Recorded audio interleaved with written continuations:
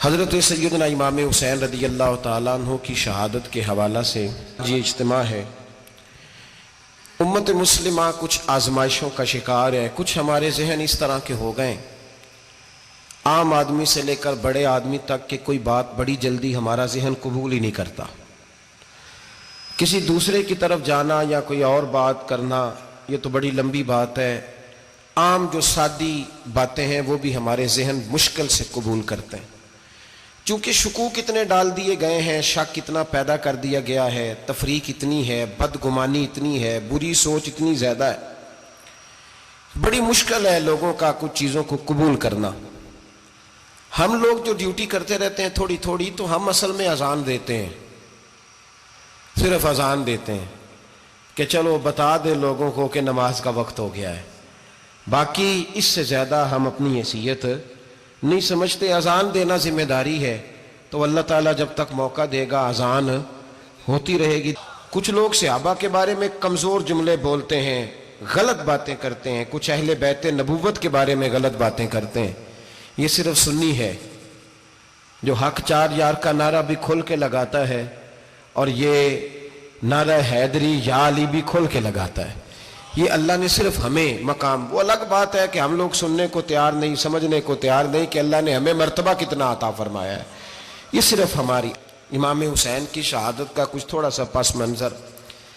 شہادت ہمارے ہاں بیان ہوتی ہے اس انداز میں کہ لگتا ہے کہ کسی مظلوم بندے کو کسی نے پکڑا ہوا تھا تو وہ سارے اسے مار رہے تھے اور وہ منتیں کر رہا تھا کہ مجھے نہ مارو۔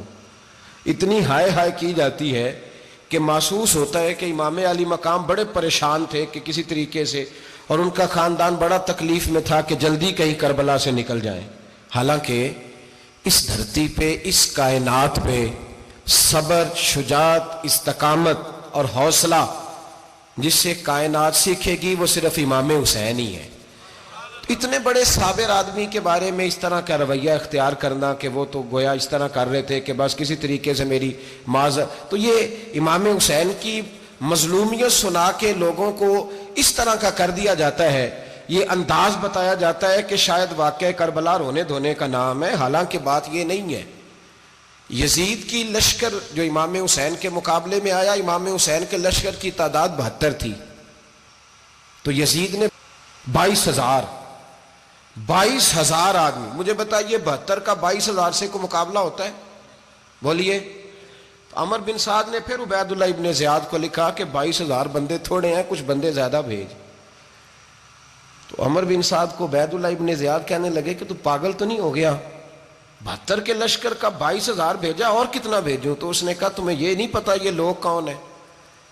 یہ مولا علی شیر خدا کی اولاد ہے، ان میں ایک ایک شخص ایسا ہے جو 1,000 کے مقابلے میں لڑنا جانتا ہے۔ تو یہاں کمزوری دکھائی جاتی ہے، ہمارے بچے سمجھنے لگے ہیں کہ یہ شاید کوئی ایسی داستان ہے، اور اس طرح کا ماحول ٹی وی پہ میں دیکھ رہا تھا، اس طرح کا ماحول بنایا جاتا ہے جیسے کوئی خوف ہے، یعنی واقع کربلا کوئی ایسا واقعہ جسے دیکھ کے خوف طاری ہو جائے، بچے راتوں کو ڈرے، وہ اکیلے درخت دکھائے جا رہے ہیں اور تیر دکھائے جا رہے ہیں۔ او یار کیا قوم کی تربیت کر رہے ہیں؟ واقعہ کربلا حوصلے کا نام ہے، دلیری کا نام ہے۔ سنیں بات اصل میں کیا تھی، بڑے ٹھنڈے دماغ سے میری بات کو سمجھیے گا۔ حضرت مولا علی شیر خدا کے بعد مسلمانوں کے متفقہ امیر بنے تھے حضرت امیر معاویہ۔ انہیں امیر کس نے بنایا تھا؟ امام حسن نے، حضرت علی کے بڑے صاحبزادے۔ حضرت امام حسن نے ان سے صلح کی، انہیں خلافت دی، اور صحیح بخاری میں نبی پاک نے فرمایا تھا میرا بیٹا حسن سردار ہے، جب مسلمانوں کی جماعتوں میں لہو بہہ جائے گا تو حسن ان کی صلح کرا دے گا۔ وہ صلح امام حسن نے کرائی، جناب امیر معاویہ امیر بن گئے۔ حضرت امیر معاویہ رضی اللہ تعالیٰ عنہ بڑا پیار کرتے تھے نبی پاک سے، بڑا احترام کرتے تھے حضور کے خاندان کا۔ ان کی جو اجتہادی خطائیں ہیں وہ اپنی جگہ پہ موجود ہیں، چونکہ امام حسن نے ان سے صلح کر لی، لہذا ہم بھی ان کے بارے میں کوئی جملہ کہنے کے مجاز، ہماری مجبوری امام حسن ہے، اس لیے کہ جسے امام حسن صحیح کہے پھر امام حسن کے ماننے والے کو اسے غلط نہیں کہنا چاہیے۔ حضرت امیر معاویہ رضی اللہ تعالیٰ عنہ کا جب وصال ہوا تو حضرت امام حسن پہلے ہی ان سے وصال کر گئے، آپ کو زہر دے دیا گیا، آپ شہید ہو گئے۔ امام حسین موجود تھے، تو یزید کے بارے میں لوگوں نے کہا جناب امیر معاویہ سے کہ یہ ٹھیک ہے، مناسب ہے، اور بہادر ہے، دلیر ہے. وہ جو ہوتے ہیں نا خوش آمدی ٹولہ، ہمارے ملک میں جو اچھی خوشامد کرے اسے اچھی وزارت ملتی ہے، اچھی وزارت اسے دیتے ہیں. جو ذرا صحیح بدتمیز بھی ہو اور صحیح وکالت کرنے والا اسے وزارت صحیح دیتے ہیں. تو حضرت امیر معاویہ کے گرد بھی کچھ ایسے لوگ تھے، انہوں نے آپ سے کہا کہ یزید کو نامزد کر دیں. تو آپ نے یزید کو بلایا، حوالہ مجھ سے دیکھ لیجئے گا.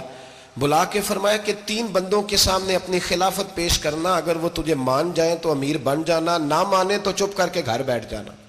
وہ 3 بندے کون ہیں؟ جناب عبداللہ ابن عباس، حضرت عبداللہ بن زبیر اور امام حسین رضی اللہ تعالیٰ عنہ. یہ وصیت فرمائی جناب امیر معاویہ. ہوا یہ کہ یزید جب امیر بنا نا، 2-3 چیزیں ہوتی ہیں جب کسی بندے کو قابو کرنا ہوتا ہے، 2-3 4-5 چیزیں ایسی ہوتی ہیں جس سے بندہ قابو آتا ہے. تو اس نے بھی فوری طور پہ، یزید نے دیکھا میرے لیے مسئلہ کیا بن سکتا ہے. ولید بن عتبہ اس وقت مدینے کا گورنر تھا.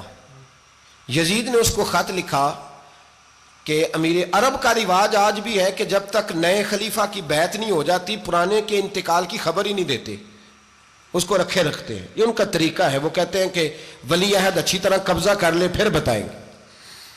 حضرت امیر معاویہ کا وصال ہو گیا، بتایا نہیں. یزید نے اب کیا کیا، چونکہ بڑا چلاک آدمی تھا، بڑا شاطر تھا، بڑا تیز تھا، بڑا عجیب اس کا مزاج تھا.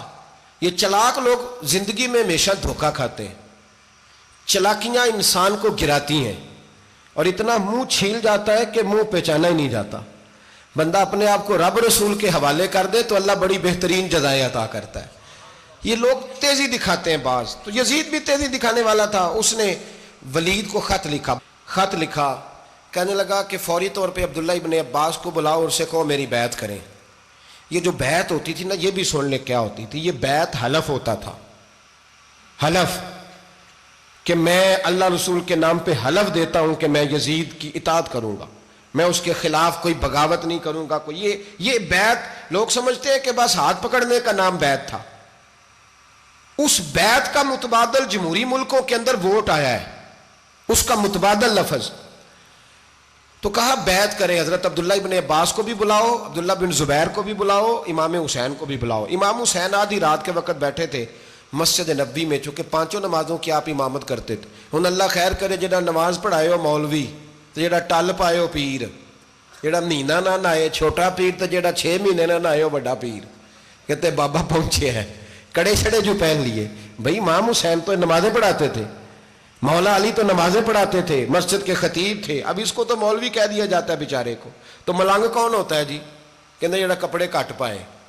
کیا تماشا ہے، قوم جدھر دل کرتا ہے نکل جاتی ہے.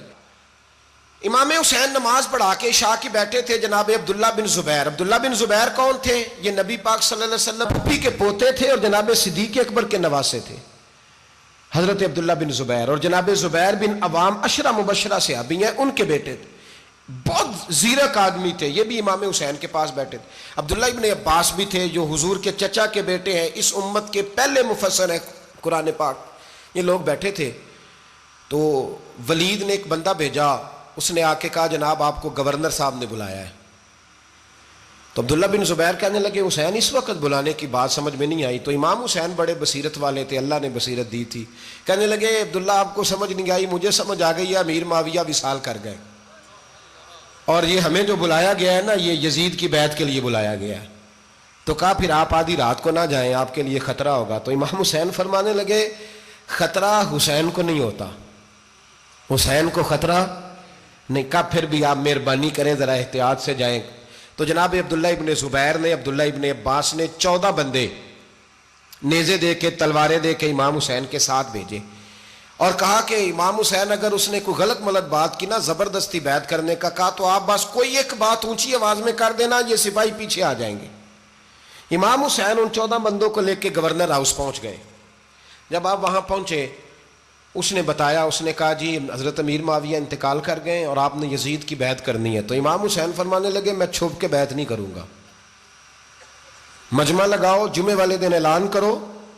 جو طریقہ ہے حضرت ابو بکر صدیق کا، جو طریقہ ہے حضرت عمر فاروق کا، جو انداز حضرت عثمان غنی کا ہے، جو مولا علی کا ہے، سر عام اعلان کرو. اگر ساری دنیا یزید کی بیعت کرے گی تو میں بھی تیار ہوں. تم مجھ سے بیعت لے کے پھر لوگوں کو بتانا چاہتے ہو کہ حسین بیعت کر رہے ہیں تو تم کیوں نہیں کر رہے؟ میں عام آدمی نہیں ہوں لہذا چھپ کے بیعت نہیں کرتا. جب یہ بات کی نا تو ولید بڑا نرم دل تھا اور امام حسین کی شان کو جانتا تھا.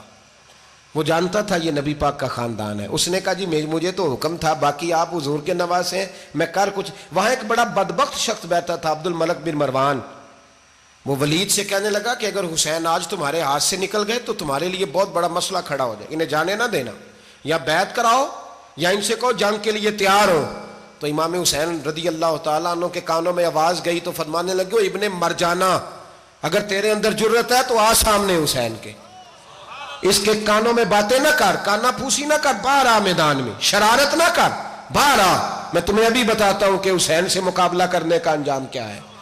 یہ کہہ کہ امام حسین باہر نکلے، اپنے بھائی محمد بن انفیہ کو بلایا، عبداللہ بن زبیر، عبداللہ ابن عباس، ڈھیر سارے لوگ اکٹھے ہو گئے. فرمایا یہ معاملہ ہے، اب کیا کرنا ہے.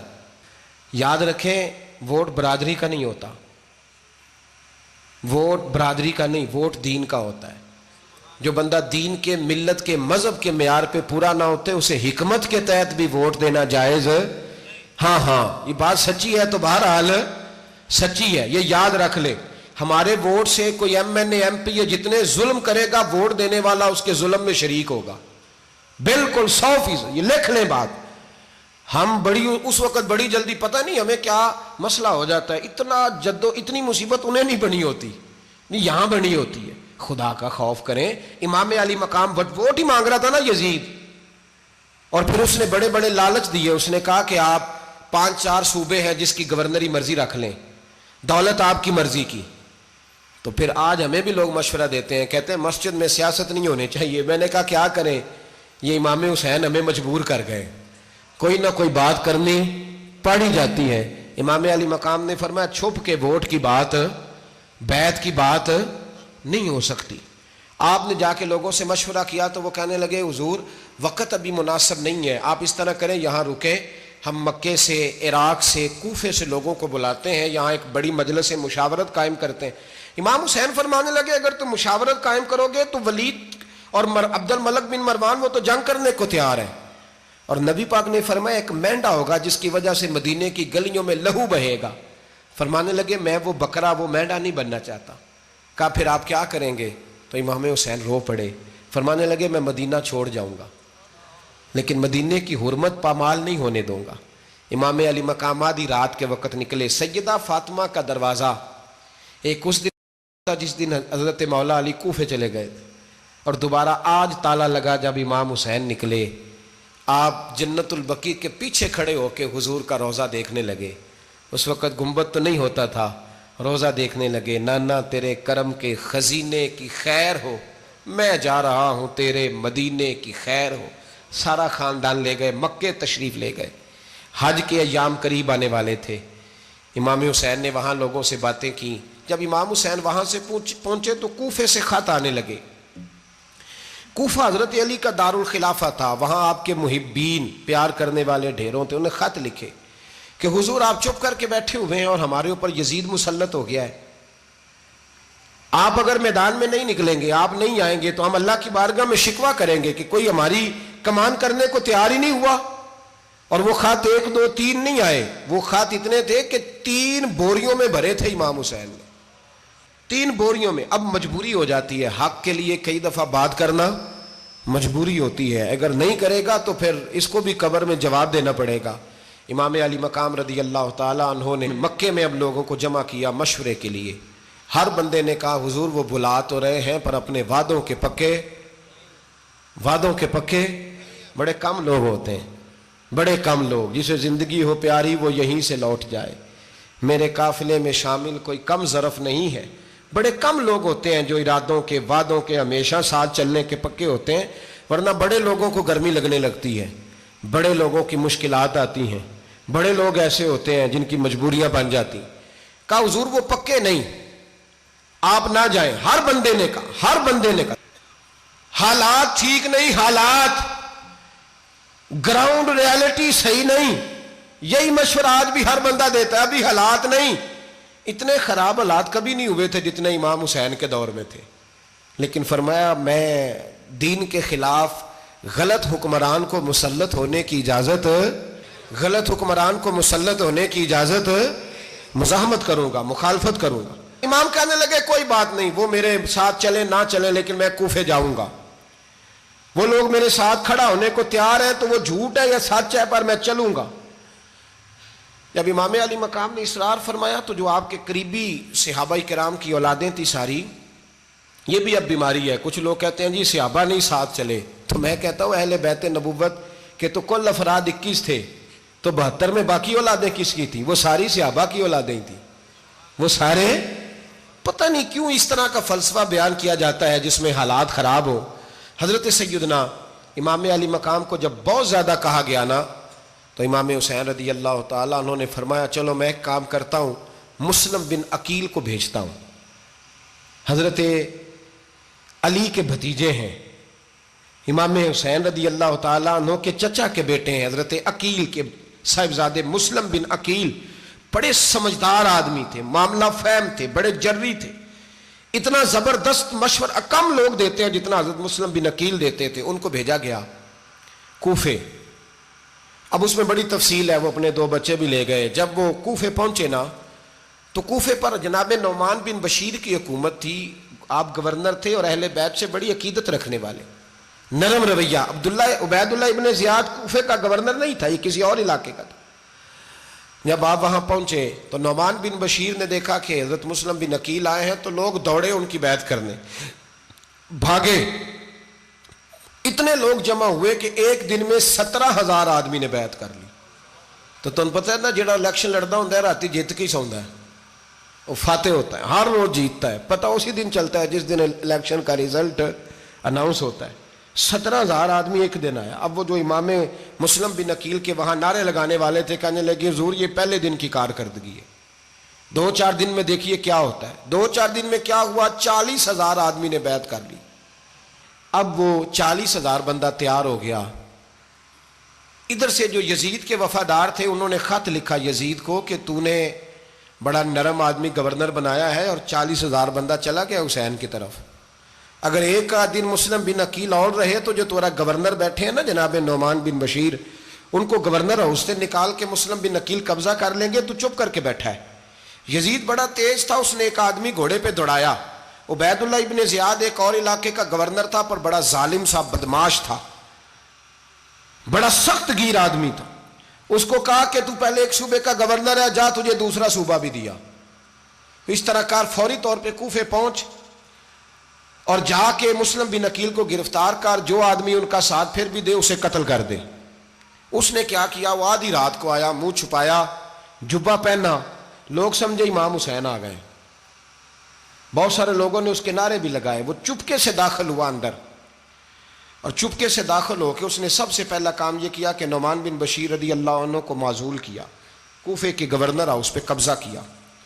پھر اس نے اسی وقت سوئے ہوئے سرکردہ لوگ، جس طرح ایک گاؤں کا چودھری دوسرے کا محلے میں قبیلوں کے جو لوگ تھے چودھریوں کو بلایا، کچھ کو سزائیں دیں، کچھ کو سخت کہا، کچھ کو ان کے عیب گنوائے کہ وہ تمہارا فلانا مسئلہ پھر خراب کر دوں گا، بلیک میل کیا۔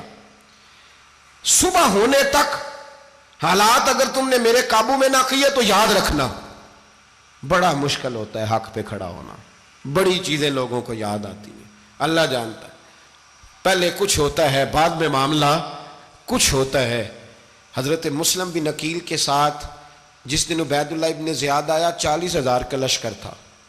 اگلے دن صبح ہوئی، اگلے دن تو یہ حال ہو گیا کہ آپ جب کوفے کی جامع مسجد میں زور کی نماز کے لیے گئے تو 5-7 ہزار آدمی نماز پڑھنے آیا، اور جب مغرب کا وقت آیا تو لوگوں نے چند ہزار لوگ رہ گئے، نماز کی نیت باندھی۔ ایک مسئلہ بھی سمجھ میں آئے گا، لوگوں نے نماز کی نیت باندھی تو حضرت مسلم بن عقیل امامت کر رہے ہیں، ہاتھ باندھے ہوئے ہیں، تو بہت سارے لوگوں نے پیچھے ہاتھ چھوڑ دیے۔ ایک بندے نے دوسرے سے پوچھا وہ ہاتھ کیوں نہیں باندھتے؟ کہنے لگے اگر عبید اللہ ابن زیاد کے کسی بندے نے دیکھ لیا نا تو ہم اسے کہیں گے ہم تو نماز پڑھ ہی نہیں رہے تھے، ویسے ہی کھڑے تھے، ہاتھ ہی نہیں باندھے سرے سے۔ جب نماز کی امامت باندھی تو 10-11 صفیں تھیں۔ جب مسلم بن عقیل رضی اللہ تعالیٰ عنہ نے سلام پھیرا تو پیچھے بندہ ہی کوئی نہیں تھا۔ حضرت مسلم بن عقیل کو گرفتار کیا گیا۔ عرب کا رواج تھا دشمن کو سخت سزا دیں تاکہ باعث عبرت بنے۔ بہت اونچا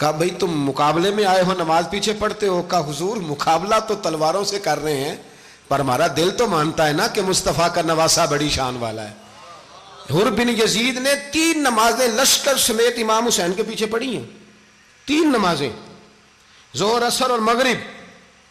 پھر امام حسین کے سامنے شرائط پیش کی کہ آپ کو یہاں گھیر لیا گیا ہے، یہاں آپ بیعت کریں گے، یہاں جنگ کریں گے، 2 ہی باتیں۔ امام حسین نے فرمایا نہیں بھائی بیعت تو میں نہیں کرتا، اس کے علاوہ تم جو کہتے ہو میں کرنے کو تیار ہوں۔ اس نے خط لکھا، عبید اللہ ابن زیاد کو ایک بندہ دوڑایا پیچھے کوفے، چند میل پہ کوفہ تھا، کہا وہ نہیں مان رہے، کیا کرنا ہے؟ تو حسین ابن علی ہے، میں زیادہ دیر انہیں روک بھی نہیں سکتا۔ انہوں نے پیغام دیا حر بن یزید کو کہ کرنا کچھ بھی نہیں، ان کا پانی بند کر دو، بلیک میل کرو، کھانا پانی نہیں ملے گا، چھوٹے چھوٹے بچے ہیں، خود ہی مان جائیں گے۔ حضرت امام علی مقام کے بارے میں حر کے پاس جب یہ پیغام آیا تو حر کہنے لگا میری طبیعت نہیں مانتی حسین پر پانی بند کروں، دل نہیں مانتا۔ جب یہ لفظ کہے نا دوبارہ تو پھر عبید اللہ ابن زیاد نے عمر بن سعد کو 10,000 آدمی دے کے بھیجا، کہا حر بن یزید لچک دکھا رہا ہے حسین کے حق میں۔ ایک رے کا علاقہ تھا، بڑی وہاں فصل ہوتی تھی، لوگ کوشش کرتے تھے وہاں کا گورنر بننے کی، کوشش کرتے تھے۔ تو عبید اللہ ابن زیاد کہنے لگا تمہیں رے کی گورنری ملے گی، سب سے سرسبز و شاداب علاقہ، تمہیں وہاں کا گورنر بنایا جائے گا اگر حسین کے خلاف لڑو گے۔ یہ اتنی زبردست ہوتی ہیں گورنریاں کہ گورنریوں کے لیے لوگ نسل رسول کے خلاف بھی نکل آتے ہیں، یہ اتنی تگڑی ہوتی ہیں، اتنی جلدی وفاداریاں بدلتی ہیں۔ امام حسین کو روک لیا گیا، عمر بن سعد نے روک لیا۔ 1 محرم کو امام آئے، 7 محرم تا روکا گیا، 7 محرم کو پانی بند کر دیا۔ جانور پانی پیتے تھے، گھوڑے پیتے تھے، کتے پیتے تھے، لیکن مصطفیٰ کے گھرانے کو پانی پینے کی اجازت۔ 3 دن تک پانی بند رہا۔ 9 محرم کو عمر بن سعد نے اور لوگ بلائے۔ شمر ایک بڑا سخت آدمی تھا، سنگ دل بدبخت، جس نے حضرت علی اصغر کے گلے پر تیر مارا تھا، وہ اور لشکر لے کے آیا۔ رات کو کہنے لگا امام حسین رضی اللہ تعالیٰ عنہ سے کہ بس بڑا ہو گیا، یہ 9-10 محرم کی درمیانی رات، یہاں آپ جنگ کریں گے یا آپ بیعت کریں گے، 2 ہی باتیں۔ امام حسین اندر گئے، سیدہ زینب سے مشورہ کیا، باہر آئے، فرمایا بات وہی ہے جو پہلے دن والی ہے۔ او بھائی بچے ساتھ ہو، صحرا کا علاقہ ہو، تپتی ہوئی ریت ہو، اتنے کٹھن اور سخت حالات، چاروں جانب موت ہی موت، دور دور تک اپنوں کا نام و نشان کوئی نہیں، اور اکیلے فیصلہ کرنے والے امام حسین، باقی سارے بچے ہیں یا عورتیں، سارے بڑے اکیلے۔ امام حسین رضی اللہ تعالیٰ عنہ نے فرمایا بھائی بیعت تو میں نہیں کرتا، باقی جو تمہارا پروگرام ہے۔ شمر اور ابن سعد کہنے لگے پھر جنگ کے لیے تیار ہو جائیں۔ کیا انداز ہے امام حسین کا، فرمانے لگے کل جنگ کروں گا، مجھے پتا تو ہے جنگ کا نتیجہ کیا نکلنا ہے، 1 رات مجھے دے دو تاکہ میں کھل کے اپنے رب کی عبادت تو کر لوں۔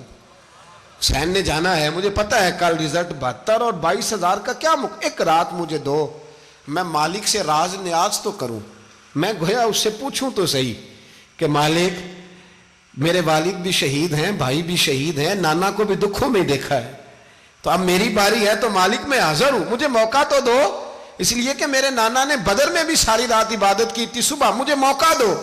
اور دنیا کا اصول ہے جب کوئی موقع مانگتا ہے تو دیا جاتا ہے۔ یہ دونوں کہنے لگے کوئی موقع نہیں۔ حر بن یزید پیچھے سے بولا، کہنے لگا نہیں بدتمیزی نہ کرو، حسین کو موقع دو، تمہیں دینا پڑے گا۔ موقع دیا۔ حر بن یزید نے پھر منت کی، کہا حضور آپ مہربانی کریں مان جائیں۔ فرمایا ماننے والا کھاتا کوئی نہیں۔ فرمایا ماننے والا کھاتا، بولیے ماننے والا کھاتا، یہ بڑا مشکل کام ہے بھائی۔ ضمیر کا سودا اب تو عام ہو گیا، بازار لگتے ہیں، ریٹ لگتے ہیں، اپنی اپنی چاہتوں پہ لوگوں نے اپنے اپنے انداز سجائے ہوئے۔ کوئی آدمی بس اچھے طریقے سے نام لے لے تو بس ہم اس کے پیچھے چل جاتے ہیں، اب تو عام ہو گیا یہ معاملہ۔ امام حسین نے فرمایا ہو ہی نہیں سکتا، ممکن ہی نہیں ہے۔ ساری رات عبادت میں گزری، ریاضت میں گزری، تہجد کا وقت ہوا تو گھر والوں کو بلایا، فرمایا دیکھنا تمہاری سی کی آواز نہ باہر آئے، خبردار سی کی آواز نہ آئے۔ اور امام زین العابدین سے فرمایا تو بیمار ہے، تو جہاد نہیں کرے گا، لیکن خیال رکھنا پیچھے۔ اور بڑی قیمتی بات بتا رہا ہوں، ہماری بیویاں کسی کے گھر میت ہو جائے تو 4 دن بخار نہیں اترتا، امام علی مقام نے سیدہ زینب سے فرمایا تو بڑی ہے، میری بہن ہے، پیچھے سارے بچے ہیں، جوان ہیں، ان کے حوصلے تیری ذمہ داری ہیں۔ صبح جنگ کا طبل بجنے لگا، فجر کی نماز پڑھی، سورج چڑھا، 10 محرم کا دن، جمعے کا وقت، جناب سیدنا امام حسین رضی اللہ تعالیٰ عنہ نے ریت پر سجدے کیے، لمبے سجدے، لمبی نماز، سورۃ الشمس کی آیات دوسری رکعت میں پڑھی تو سارا کربلا گونجنے لگا۔ کیا انداز تکلم تھا امام علی مقام کا۔ نماز مکمل ہوئی تو حور بن یزید، عمر بن سعد اور شیمر سے کہنے لگے واقعی حسین سے لڑو گے؟ پتہ نہیں کون ہے۔ قُلْ لَا أَسْأَلُكُمْ عَلَيْهِ أَجْرًا، تم نے نہیں پڑھا إِلَّا الْمَوَدَّةَ فِي الْقُرْبَى، تمہاری آنکھیں بند ہیں، الحسن والحسین سید الشباب اہل جنہ، تمہیں نہیں پتا؟ کہنے لگا چپ کر، حکومت نظر آ رہی ہے۔ اور بن یزید کہنے لگے پھر میرا بھی فیصلہ سنو، مجھے حکومت نہیں چاہیے، مجھے جنت چاہیے۔ حکومت نہیں چاہیے۔ امام حسین کی پہلی فتح دیکھیں، اور بن یزید ایڑی لگا کے نا یزید کے لشکر سے نکل کے امام حسین کے لشکر میں شامل ہو گیا، اور پہلا شخص جس نے امام حسین کو روکا، امام حسین کے نام پر پہلا سر بھی اسی شخص نے کٹایا ہے۔ لیکن یزید کی قبر پہ لعنت بھی کوئی نہیں برساتا، اس کا محل تھا بہت بڑا، لیکن جب لوگ کربلا میں امام حسین کو سلام کرنے جاتے ہیں تو قدموں میں حور بن یزید کا مزار بھی بنا ہوا ہے، اس کو بھی سلامی دی جاتی ہے۔ اور اب ہم اکیلا حور بن یزید نہیں کہتے، ہم کہتے ہیں حور بن یزید رضی اللہ تعالیٰ۔ اب ہم اتنی تعظیم کرتے ہیں اس حور کی۔ جناب امام حسین کو میدان میں کھڑا کیا گیا، جہاد کا طبل بجا، پہلے خدام آئے، اور سن لو آج وہ پتہ نہیں بازاری سے لوگ چڑھ گئے اسٹیجوں پہ، بازاری سے، نہ چہرے پہ داڑھی ہے، نہ سر پہ کوئی کپڑا ہے، بازاری لوگ ہیں، بھاگ رہے ہیں، بازو چڑھائے ہوئے ہیں، بٹن کھولے ہوئے ہیں، تماشا بنا دیا۔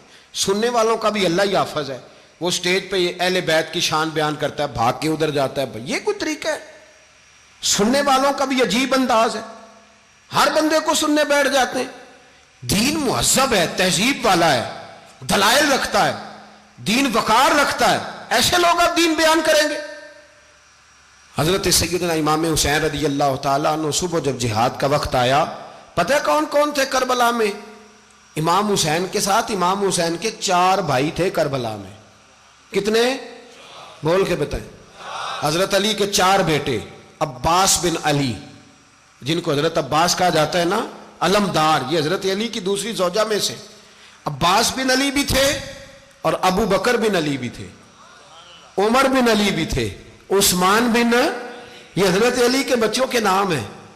یہ آپ کے شہزادے امام حسین کے ساتھ شہید ہوئے، ان کا نام صرف اس لیے نہیں لیا جاتا کہ ان کا نام خلفائے ثلاثہ کے نام پہ، حضرت علی نے اپنے یاروں کے نام پہ رکھا ہے، تو تم نے کربلا کے میدان سے خارج کر دیا۔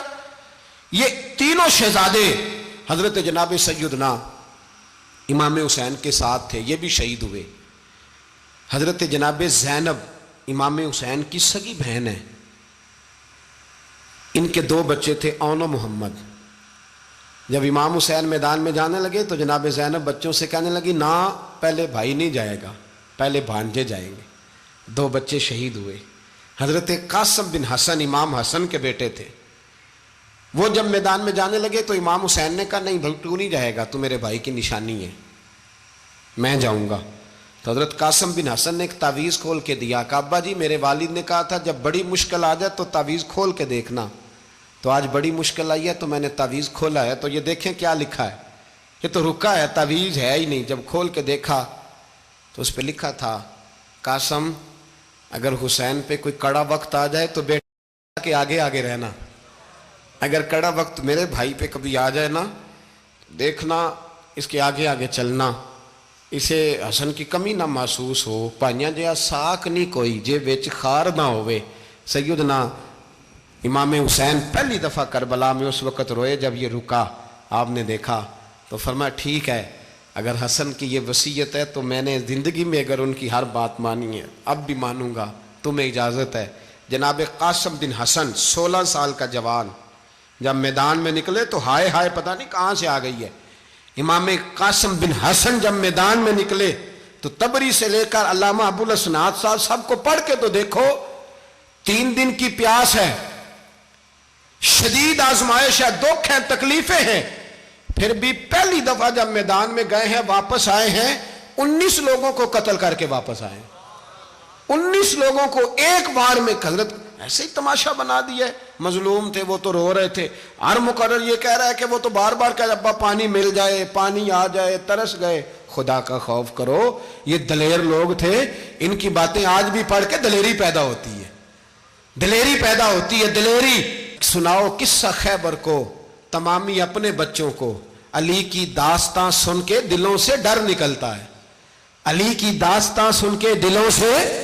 یہ جو بچے ڈر رہے ہیں نا، وہ چمگادڑ آ گئی، کاکروچ آ گیا، یہ خوف نکل جائے گا اگر حضرت قاسم بن حسن کی بات سنیں گے۔ درجنوں لوگ آپ نے قتل کیے۔ ایک دفعہ آئے، کہا چاچا یزید کا لشکر تو بڑا بزدل ہے، اگر چند قطرے پانی میرے حلق سے گزرے تو میں سارے کاٹ کے لے آؤں گا آپ کے پاس، چند قطرے۔ لیکن تھوڑی دیر گزری، عمر بن سعد کہنے لگا اکیلے اکیلے جاؤ گے تو علی کا پوتا ہے، یہ سب کو مار دے گا، اکٹھے جاؤ۔ چاروں جانب سے تیر برسے، ایک تیر لگا آ کے گردن کے پیچھے، بس جناب سیدنا قاسم بن حسن گھوڑے سے نیچے گرے تو جناب زینب حوصلہ کر کے آنسو سمیٹ کے کہنے لگی میں دیکھ رہی ہوں پردے کے پیچھے سے حسین میرے بھائی کا بیٹا گر گیا ہے، جا اسے اٹھا کے لا۔ حضرت امام حسین ان کو اٹھا کے لائے تو امام حسین نے سینے سے لگایا ہوا تھا تو ان کے پیر، ان کا قد لگتا تھا امام حسین سے زیادہ ہے، اٹھا کے لایا، لٹا دیا گیا۔ امام حسین کے اپنے بڑے بیٹے میدان میں نکلنے کو، علی اکبر نام ہے، جب جن لوگوں نے حضور کو نہیں دیکھا تھا وہ جب کہتے نا ہم نے نبی پاک کا دیدار نہیں کیا تو بتاؤ کس طرح کے تھے، تو بتایا جاتا تھا کہ جناب علی اکبر کا دیدار کرو، ہم شبیہ مصطفیٰ۔ اور جب وہ گلیوں میں نکلتے تھے تو عورتیں چھتوں پہ چڑھ جاتی تھیں۔ جناب علی اکبر رضی اللہ تعالیٰ عنہ تلوار لے کے میدان میں نکلے، جوان بیٹے دینے بڑے مشکل۔ او یارو رٹا کیا ہے یہ تو بتاؤ، کہ ظالم آدمی حکمران، یار یہ رٹا ہے، ایک ظالم کا رستہ روکنا ہے، اس رٹے کے لیے ہم شبیہ مصطفیٰ۔ جناب سیدنا امام علی اکبر میدان میں نکلے، بڑے لوگ مارے، بڑے، پھر ایک تیر ان کے بھی گلے میں لگا، اور جب وہ گرے نا زمین پہ تو حضرت امام حسین دوڑ کے آئے، دوڑ کے، اور جب تشریف لائے تو ان کے گلے سے تیر کھینچا تو ایک جملہ لکھا ہے صاحب تبری نے، اس نے حد کر دی، کہنے لگے تیر کھینچا تو امام حسین کی آنکھوں میں آنسو آئے، کہنے لگے کاش جناب ابراہیم آج میرے سامنے ہوتے تو میں انہیں کہتا کہ آپ نے تو بیٹا ذبح کرتے وقت آنکھوں پہ پٹی باندھی تھی، دیکھو میں کھلی آنکھوں سے بچے ذبح کر رہا ہوں، کھلی آنکھوں، کاش جناب ابراہیم خلیل ہوتے تو انہیں کہتا۔ جناب علی اکبر بھی شہید ہوئے۔ حضرت علی اصغر کو تو اچانک اٹھایا تھا امام حسین، باہر نکلے تو گردن پہ تیر لگا تو 6 مہینے کا بچہ وہ بھی شہید ہوا، خون اچھالا آسمان کی طرف تو کہا مولا دیکھ لے میں نے 6 مہینے والا بھی نہیں بچایا، وہ بھی دے دیا ہے۔ پھر حضرت عباس کو بیٹیوں نے کہا کہ اب نہ، کچھ کہتے ہیں پہلے شہید ہوئے، کچھ نے لکھا بعد میں، کہ اب ہم سے پانی کے بغیر نہیں رہا جاتا، تو جناب عباس پانی کا مشکیزہ لے کے نکلے، باہر نکلے، ایک ہاتھ کٹا، دوسرے پہ مشکیزہ وہ بھی کٹا۔ دیکھ لو میں پس منظر پہ ہوں ابھی تک، میں بتا رہا ہوں کہ جہاد کس کے خلاف تھا؟ ظالم حکمران کے خلاف، ظالم کافر کے خلاف نہیں، مشرک کے خلاف نہیں۔ حضرت امام حسین رضی اللہ تعالیٰ عنہ نے ہر جگہ ایک ہی بات کی کہ یزید شرابی ہے تو بچے کٹوا دوں گا، شرابی کو ووٹ۔ یہ ایک نہیں، ہر کتاب میں یہی لکھا، ہر کتاب میں، اور ہر مسلک کی کتاب۔ یزید چونکہ مجرے دیکھتا ہے، رنڈیوں کا ناچ دیکھتا ہے، بچے کٹوا دوں گا، اس کے ہاتھ میں ہاتھ۔ امام حسین نے فرمایا چونکہ اللہ کی حدوں کو توڑتا ہے، حقوق اللہ پامال کرتا ہے، حدود اللہ، بچے کٹوا دوں گا لیکن اس کے ہاتھ میں ہاتھ۔ سارا دن خود مجرا دیکھنا اور 10 محرم کو 2 دیگیں پکا کے حسینی بن جانا، سارا سال خود گند مند کرنا، شرابیوں کے ساتھ رہنا اور 10 محرم کو 2 آنسو بہا کے یاد رکھنا۔ میں ہمیشہ کہتا ہوں، پھر کہہ رہا ہوں، جس کے موبائل میں گندے گانے ہیں، گند دیکھتا ہے، شرابی کبابی کا سپورٹر ہے، ووٹر ہے، یا مجرے دیکھتا ہے آتا جاتا ہے، وہ یاد رکھے قیامت میں امام حسین کا ہاتھ ہوگا، اس کا گریبان ہوگا۔ ہم سے نہ رقم ہوں گے قصیدے یزید کے، ہم لوگ تو حسین کے سیرت نگار۔ حضرت عباس کا بازو کٹا، پھر پانی تو بھر لیا تھا، لا نہ سکے، پھر گردن کٹی تو شہید ہوئے۔ بچوں کی بھی شہادت ہوئی، پر جب ان کا لاشا اٹھایا تو امام حسین کہنے لگے مولا اب نہ حسین کی کمر کمزور ہو گئی ہے، اب کمزور ہو۔ اور بھائی ایک میت ہو جائے تو 4-5 دن تو پوری آنکھیں نہیں کھلتی، کیسا جری خاندان ہے۔ تھوڑی دیر گزری تو امام علی مقام نے پٹکا باندھا، سر پہ دستار باندھی، مولا علی کی تلوار پکڑی، نبی پاک کا امامہ باندھا اور گھوڑے پہ سوار ہوئے تو کہنے لگے زینب گھر تیرے حوالے اور میں اللہ کے حوالے، گھر تیرے حوالے اور میں۔ اور پھر امام حسین نکلے، امام علی مقام نکلے۔ راوی کہتے ہیں کہ یہ جلوہ پہلے بھی بڑے سونے تھے، پر آج جو رنگ دیکھا وہ کبھی نہیں دیکھا۔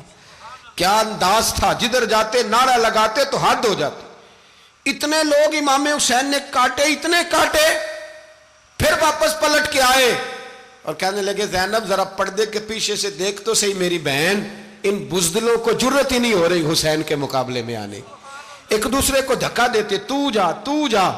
پھر اکٹھے وار ہوئے۔ یہ کون ہے کٹا ہوا، لباس ہے پھٹا ہوا، یہ بال یقین حسین ہے، نبی کا نور عین ہے۔ پھر چاروں جانب سے تیر برسے تو امام علی مقام چونکہ نماز کا وقت ہو گیا تھا، اترے گھوڑے سے، خون بہ رہا تھا، گرم ترین ریت سے تیمم کیا، سر سجدے میں رکھا، اور جب شمر آپ کی گردن کاٹنے لگا تو کہنے لگے ٹھہر جا ذرا رب سے ایک بات کر لینے دے۔ اور پھر بولے امام حسین، کہنے لگے مالک تو اب بتا کہ حسین سے راضی ہے کہ ناراض ہے، تو بتا۔ تو پھر ایک آواز آئی، یا ایتھا النفس مطمئنہ ارجعی الی ربک راضیۃ مرضیہ، فرمایا نفس مطمئنہ واپس آ جا، تو اللہ سے راضی ہے، اللہ تجھ سے راضی۔ امام حسین وہاں شہید ہو گئے۔ اب یہ قافلہ امام حسین کا سر کاٹ، ذرا دیکھنا غور کرنا، سر کاٹ کے نیزے پہ رکھا ہے، جسم کربلا میں پڑا ہے، عورتوں کو گھوڑوں پہ بٹھا کے لے جایا گیا یزید کے دربار میں۔ یزید پہلے عبید اللہ ابن زیاد نے بدتمیزی کی، پھر یزید نے کی۔ سعودی عرب کا ایک مولوی بول رہا تھا، سعودی عرب کا، ان سے بھی بڑا عشق ہے، جس نے تقریر سننی ہو میرے پاس ہے۔ ہمیں لوگ مشورے دیتے ہیں کہ جو یزید کو اچھا کہے اور حسین کو باغی کہے اس کو ہم امام مان لیں، اس بے شرم بے حیا کو جو نبی پاک کے گھرانے کے بارے میں بکے اسے امام۔ سعودی عرب میں مسجد نبی میں درس دینے والا جس نے تقریر سننی ہو میرے پاس ہے، وہ کہتا ہے یزید تو بڑا اچھا آدمی تھا، اس نے تو بڑی خدمت کی، تو میں نے اسے کہا رشتہ داری کر لیا یزید کے ساتھ، قریب ہو جا۔ شرم نہیں آتی؟ آج بھی نبی پاک کا دل دکھاتے ہو، حیا نہیں آتی، خیال نہیں آتا؟ اور لوگ گھر میں بیٹھ کے باتیں کرتے ہیں، کہتے ہیں جی جو بیت اللہ میں ہو وہ بھی برا ہو سکتا ہے۔ بیت اللہ میں تو 360 بت بھی تھے، وہ اچھے تھے۔ مدینے میں تو 360 منافق بھی رہے، پوری سورہ منافقون نازل ہوئی، وہ اچھے تھے۔ عجیب تماشا بنا دیا لوگوں نے مذہب کا۔ کہتا ہے یزید نے تو بڑی خدمت، تو عبید اللہ ابن زیاد نے قتل کیا۔ بے شرمو، اگر عبید اللہ ابن زیاد نے بھی قتل کیا تھا تو حکومت کس کی تھی؟ تو پھر یزید نے عبید اللہ ابن زیاد کو سزا کیوں نہیں دی، بلکہ ایک جگہ 2 گورنریاں دی اس کو؟ یہ حال کیا۔ بلکہ سنو کہ یزید چھڑیاں مار رہا تھا، چھڑیاں امام حسین کے لبوں پہ۔ تو نعمان بن بشیر صحابی تھے، بول پڑے، کہنے لگے یزید بدبخت، ہاتھ پیچھے اٹھا، مجھے اللہ کی عزت کی قسم میں نے سینکڑوں بار نبی پاک کو ان ہونٹوں کو چومتے دیکھا ہے۔ حضرت جناب زینب عورتوں کے مجمع میں پیچھے ہو کے بیٹھی ہیں۔ یزید کے پاس جب پہنچا لشکر تو یزید کہنے لگا دیکھو اللہ نے مجھے عزت دی اور میرے مخالفوں کا کیا حال ہوا۔ تو بی بی زینب بول پڑی، اتنے صدمے سہے پر آواز توانا ہے، جاندار ہے، جاندار۔ ہمارا کسی بندے سے جائیداد کا رٹا نہیں، ہم تو چاہتے ہیں امت اکٹھی ہو جائے، لیکن جو بندہ نبی پاک کی ماں کو دوزخی کہے، حضور کے باپ کو جہنمی کہے، یزید کو امیر المومنین کہے، اس کے ساتھ اتفاق رائے کر لیا جائے، یہ مذہب ہماری سمجھ میں نہیں آتا، بالکل نہیں آتا، قطعاً نہیں ہماری سمجھ میں آتا۔ کیسے اتحاد کر لیا جائے؟ یہاں تو میرے بھائی جو ہمارے ابا کا مخالف ہو اس سے اتحاد نہیں ہوتا، اور جو نبی پاک کے والد کو دوزخی کہے اس سے اتحاد ہو جائے۔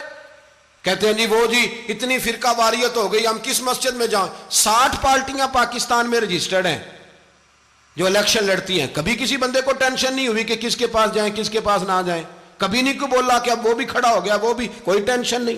مذہب کی باری ٹینشن ہو جاتی ہے. اتنا بڑا مذہب ہوتا ہے بھائی, غلط بندے بھی آ ہی جاتے ہیں بیچ میں, تھوڑا پہچان کے چلنا پڑتا ہے صحیح کون ہے اور غلط. اور یہی تو ہمیں امام حسین نے بتایا ہے کہ مذہب کے اندر ہی تم نے شناخت کرنی ہے کہ بندہ ٹھیک کون ہے اور بندہ غلط. یہی تو کربلا ہے, یہی تو امام حسین نے بتایا, کفر اسلام نہیں, حق اور باطل.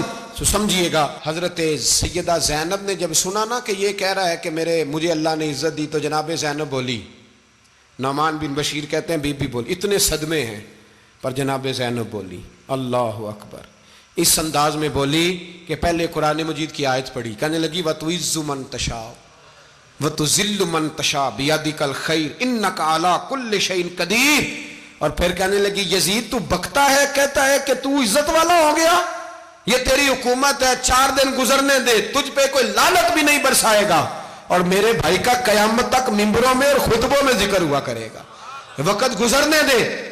جب جناب بی بی زینب بول رہی تھی تو حضور کے ایک نابینا صحابی پاس بیٹھے تھے, جناب نعمان بن بشیر کا ہاتھ ہلایا, ہلا کے کہنے لگے کیا علی آ گئے؟ تو علی کی آواز لگتی ہے, جبریل امی بول رہے ہوں جیسے, حکمت کے گوہر رول رہے ہوں جیسے, دربار دمشق میں بی بی زینب کا خطاب, منبر پہ علی بول رہے ہوں جیسے.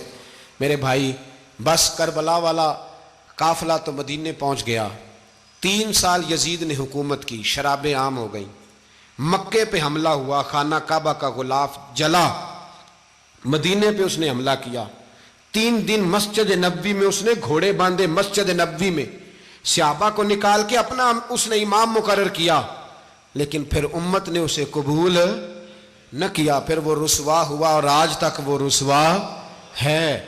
لیکن امام حسین کا نام کل بھی زندہ تھا اور آج بھی. درس یہ ہے, پیغام یہ ہے, یاد رکھو موت تیزی سے آ رہی ہے. ہمارے ساتھ والے دائیں بائیں والے سب چلے گئے, اسی طرح نمبر لگے گا, ایک دن اعلان ہوگا. ضمیر کے قیدی بن کے زندگی نہ گزارو, بالکل نہ گزارو. یہ تھوڑی سی زندگی ہے, دنیا سجن المومن. حق بات کرو, حق پہ ڈٹنا سیکھو, دین سمجھو. خبردار, رسول پاک صلی اللہ علیہ وسلم کے دین میں ظالم, جابر, فاسق, فاجر کی کوئی گنجائش قطر نہیں ہے. اپنے آپ کو سمیٹو, اپنے آپ کو سنبھالو, دین میں اپنا کردار ادا کرنے کی کوشش کرو. دین طلب کرتا ہے ہم سے کہ ہم نے دین کو کیا دیا ہے. امام حسین نے سارا گھرانہ دین کے لیے دے دیا. ہمارا جو بچہ کسی کام کا نہیں رہتا اسے مدرسے داخل کراتے ہیں. ہم نے دین اتنا کمزور کر دیا ہے کہ عالم اگر شور نہ کریں, زور نہ کریں, گھٹن والا ماحول ہو گیا. مذہب کی پوزیشن کمزور کر دی. اب جہاں تک اس بات کا تعلق ہے جی فرقے ہو گئے, تو میرے بھائی یہ کوئی اتنی خطرناک بات ہے, یہ کوئی اتنا مشکل معاملہ نہیں ہے. یہ تو امام حسین نے بتا دیا تھا کہ یزید کے طور پر ایک غلط فرقہ کھڑا ہو گیا ہے, لہذا اس کا مقابلہ کرنا ہے.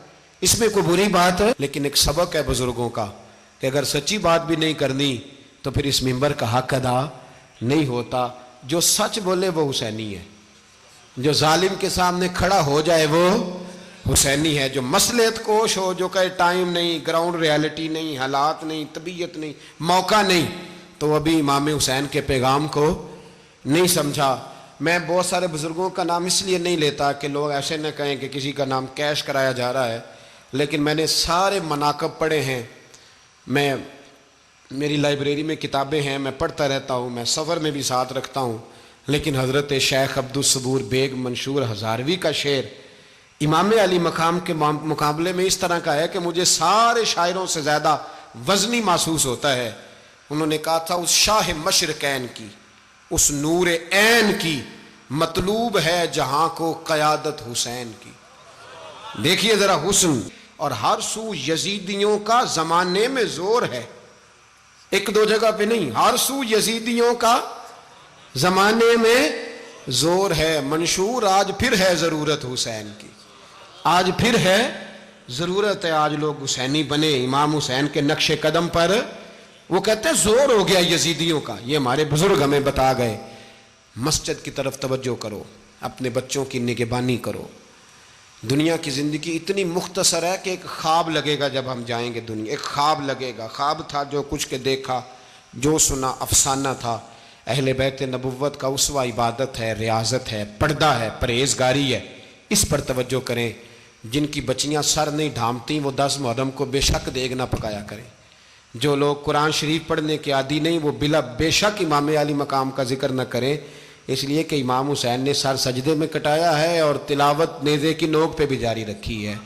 دین کے ساتھ اپنے آپ کو جوڑو، دیندار بنو، رسول اللہ کی غلامی اختیار کرو، ورنہ یہ زندگی کچھ ایسا وقت بھی لاتی ہے کہ جب زندگی بوجھ بن جاتی ہے۔